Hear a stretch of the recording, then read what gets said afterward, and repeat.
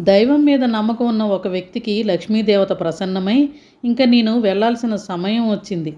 రేపటి నుంచి శని రాబోతున్నాడు. ఇన్నాళ్ల నీ భక్తికి ఏదో ఒకటి ప్రసాదించగలను. ఐశ్వర్యమైన, ఆరోగ్యమైన, అనురాగమైన ఏది కావాలో కోరుకో నాయనా అంటుంది. అమ్మా, నాకు ఏ కష్టం వచ్చినా తట్టుకుంటాను. కానీ నా కుటుంబంలో ఒకరంటే ఒకరికి అనురాగం ఉండేలా చూడు తల్లి అని అనగా తదాస్తు అని వెళ్తుంది. మరుసటి రోజు వంటలో అత్తగారు కోడల్ని ఉప్పు వేయమని చెబితే చిన్న కోడలు వెళ్ళి ఉప్పు వేస్తుంది. పెద్ద కోడలు రుచి చూడకుండా తను కూడా ఉప్పు వేస్తుంది. భోజనానికి వచ్చిన పెద్ద ఆయన రుచి చూడగానే శని ప్రభావం మొదలైంది అని తెలుసుకొని ఏమీ మాట్లాడకుండా తిని వెళ్ళిపోతాడు. తర్వాత భోజనానికి వచ్చిన పెద్ద కొడుకు మొదటి ముద్ద నోట్లో పెట్టుకోగానే నాన్నగారు భోజనం చేశారా అని అడిగి చేశారు అని తెలుసుకొని తను కూడా ఏమీ మాట్లాడకుండా భోజనం చేసి వెళ్ళిపోతాడు. చివరగా భోజనానికి వచ్చిన చిన్న కొడుకు కూడా మాట్లాడు